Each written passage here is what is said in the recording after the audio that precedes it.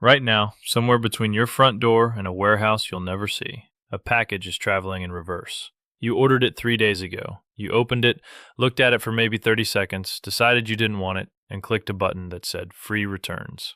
A label printed. A box was taped shut. A driver picked it up from your doorstep the next morning, and you moved on with your life, assuming that the product would simply go back on a shelf and be sold to someone else. It won't. What actually happens to that package and to the billions of dollars in merchandise returned to Amazon every year is a story of sorting machines, snap decisions, secret auctions, and landfills that most customers never learn about. This is where your returns actually go. Let's start with the scale, because it's the part that makes everything else make sense. Amazon sells roughly 4.4 billion packages a year in the United States alone. The average return rate in e-commerce is between 15 and 30%, depending on the category. Clothing is the worst, sometimes exceeding 40%. That means Amazon processes somewhere between 700 million and 1 billion returned items every single year.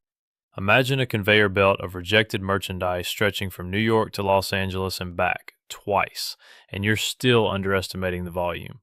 This isn't a side problem. This is an industry within an industry.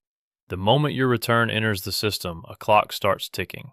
The package arrives at a returns processing center, a specialized warehouse that looks nothing like the fulfillment centers most people picture when they think of Amazon.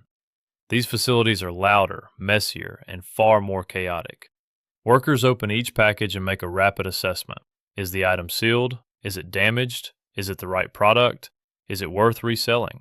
Each item gets sorted into one of several categories, and this sorting decision, made in seconds by a worker handling hundreds of items per shift, determines whether the product lives or dies. The best case scenario is restocking. If the item is unopened, undamaged, still in its original packaging with all tags attached, it can go back into Amazon's fulfillment inventory and be sold again as new. This sounds simple. It is not. The item has to be inspected, rescanned, re-entered into the inventory system, and physically transported to the correct warehouse location. For a $15 phone case, the labor cost of this process often exceeds the profit margin on the item. Amazon has to decide whether it's cheaper to restock the item or simply get rid of it. For low-value goods, the math almost always favors getting rid of it. And this is where the system gets strange. Items that can't be restocked as new but are still functional enter what Amazon calls its secondary market channels. The first tier is Amazon Warehouse, the company's own outlet for used and open box products, sold at a discount with clear condition labels.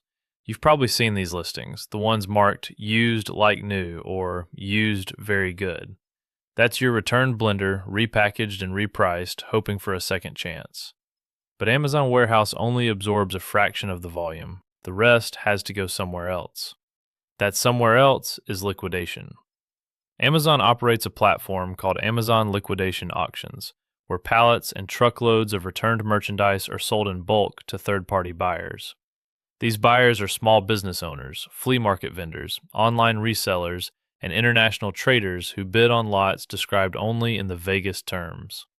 A listing might say, general merchandise, mixed category, 500 units, manifested, with a spreadsheet listing the items. Or it might say, uninspected returns, electronics, 1 pallet, with no manifest at all. The buyer is gambling. The pallet might contain a perfectly good laptop next to a broken toaster, next to 40 phone cases nobody wants. Prices range from 5 to 20 cents on the retail dollar, and the buyer absorbs all the risk. An entire ecosystem has grown around these liquidation pallets. YouTube channels with millions of subscribers are built on the concept of buying an Amazon returns pallet, opening it on camera, and tallying the value of what's inside versus what they paid. The entertainment is pure lottery. Will this box contain a $1,000 drone or a bag of mismatched socks? The suspense drives views, and the views drive more people into the liquidation market, which drives prices up, which makes the gamble worse for everyone except Amazon, which has already been paid twice, once by the original customer and once by the liquidation buyer. But liquidation only absorbs a fraction of the returns, too. What happens to the rest? This is the part of the story that Amazon doesn't feature in its sustainability reports. A significant percentage of returned goods, estimates range from 25 to 40% depending on the source, ends up in landfills. Not because the items are broken, many of them work perfectly, but the economics of sorting, testing, repackaging, and reshipping a $10 item that has been opened, possibly used, and returned in a damaged box simply don't work. It is cheaper to throw it away and write off the loss than to pay someone to figure out if it still works. A returned electric kettle that functions perfectly but has a dented box and a missing instruction manual is, in the accounting system, worth less than zero. It costs money to exist. The numbers are staggering. An estimated 5 billion pounds of returned goods end up in American landfills every year across all of e-commerce, and Amazon, as the largest player, contributes a significant share. Brand new shoes, sealed headphones, functional kitchen appliances, unopened toys, all of it buried in the ground because the cost of giving it a second life exceeds the cost of disposal. This is not a recycling problem. These aren't materials that need to be broken down and reprocessed. These are finished products, ready to use, designed to last years, thrown away because the logistics math said no.